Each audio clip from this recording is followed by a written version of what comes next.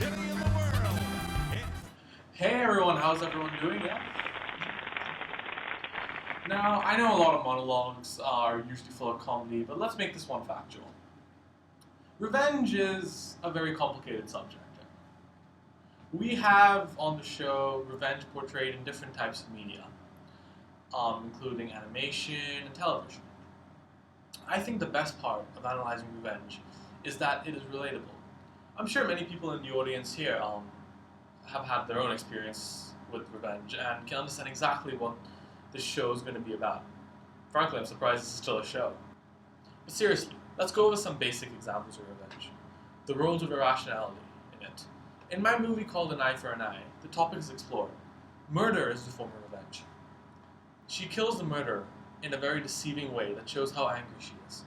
Gandhi's quote, "An eye for an eye only makes the world blind," completely portrays the bad part of revenge.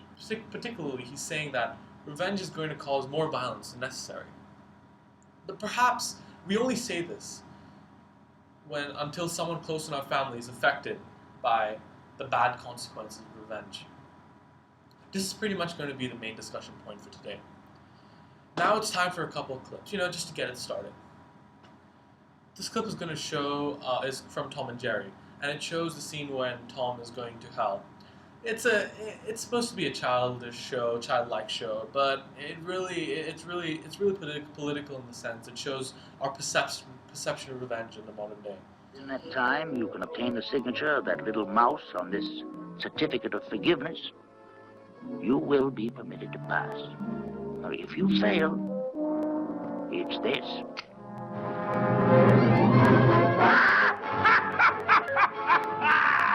Let me have him! Send him down! Give him to me now!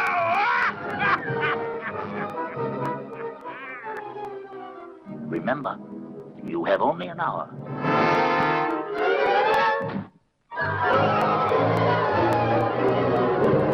The next clip is going to be from my movie, and it shows the impact of revenge on a single individual. Julie?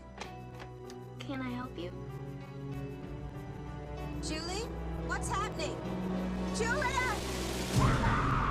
Can you phone the police for me, please? Please! Help A me! random crime. I won't hang up the phone! I'll stay on with you! Help me!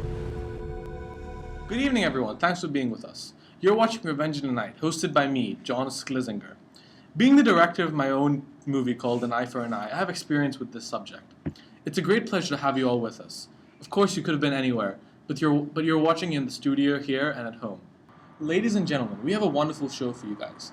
Mike Kelly, the director of the famous television show Revenge, is here today, and William Hanna, the genius who created that famous show with the cat and the mouse, which we adore and cherish till this day, is here. We have to take a break, but we'll be back with our guests after this. I've always preferred the cream part of an Oreo. That's crazy. The cookie's the best part. Cream. Cookie. Cream. Cookie. Cream. Cookie. Cream. Cookie. Cream. Cookie.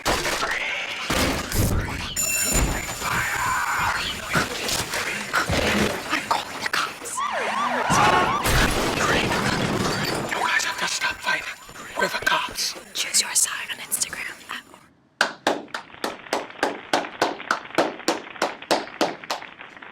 Thank you.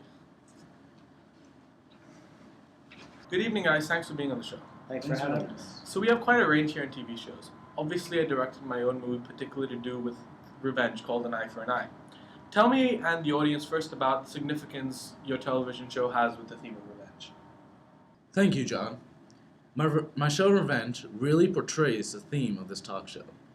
Well, essentially, I wanted to have this show to illustrate how people use revenge in their daily lives. The show focuses on the extent to how revenge affects people's relationships with other people, whether it is their family members, friends, or neighbors. Furthermore, revenge brings out a different side in people that makes this natural human emotion sometimes unpredictable, sometimes rash. Revenge takes a unique approach in this show. Thanks, John. I really appreciate the input. The movie I directed is called An Eye for an Eye, and is also about the role of relationships and revenge. Except it's slightly more direct. For anyone in the audience who hasn't seen it, I highly recommend it. It's basically about the journey for revenge when a mother hunts the rapist of her daughter who gets violently raped. She kills the killer in the end, but this question provides some key questions about revenge. Is it right? Is it justifiable? One could argue that because the rapist's crimes are so dramatic, it's necessary. However, others would argue revenge was just a show of irrationality. This is somewhat like your TV show, John. What do you have to say about this, William? I think that is an interesting addition to bring Tom and Jerry into here. Though intended to be lighthearted and fun for the children, it can be thought of in a political way. Since we're discussing irrationality, let's analyze it in terms of that. We see Tom and Jerry engaged in a series of violent and irrational acts. Jerry plots against Tom, and Tom's revenge is very violent. However, he always tends to fail. This makes it seem that despite what we do in revenge, it will always turn out negative. Jerry represents a villain in a sense, rather than Tom.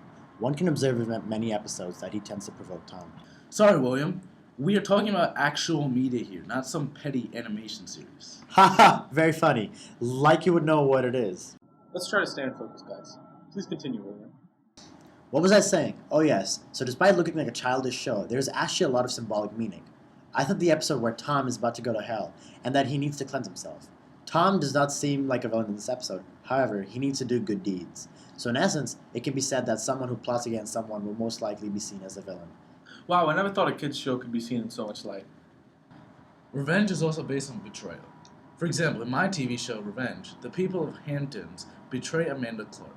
So in my opinion, revenge is not only based on irrationality, it starts with betrayal. Let me define betrayal to be sure, because it exists in so many different contexts. It is defined as a time when people who you trust loses your trust. This is when revenge will get the most violent, in my opinion.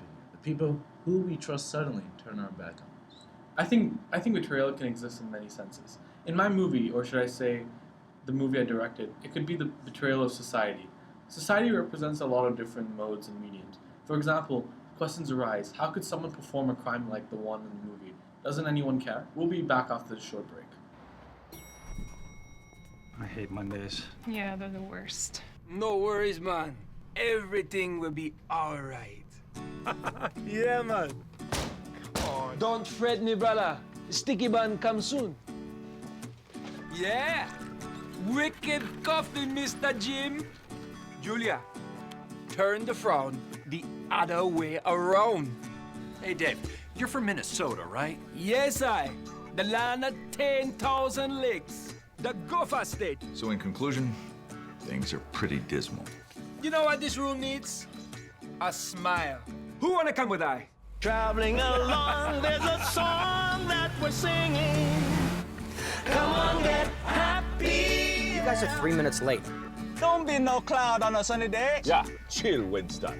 Sir? Respect, boss man. That's the power of German engineering. I would briefly like to talk about betrayal as a subject. There are various times when Jerry lets the cat out of the bag and gets Tom in trouble. Though it is meant to amuse, it is quite cruel how sometimes betrayal can change someone's life.